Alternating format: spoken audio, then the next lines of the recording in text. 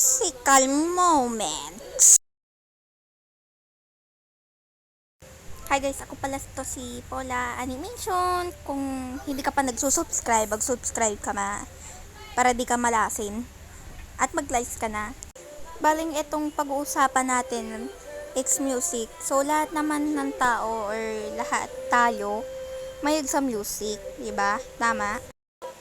Ayan siya oh, papapansin oh. Music pa siya. Oh, shut up. Yes, oh, shut up.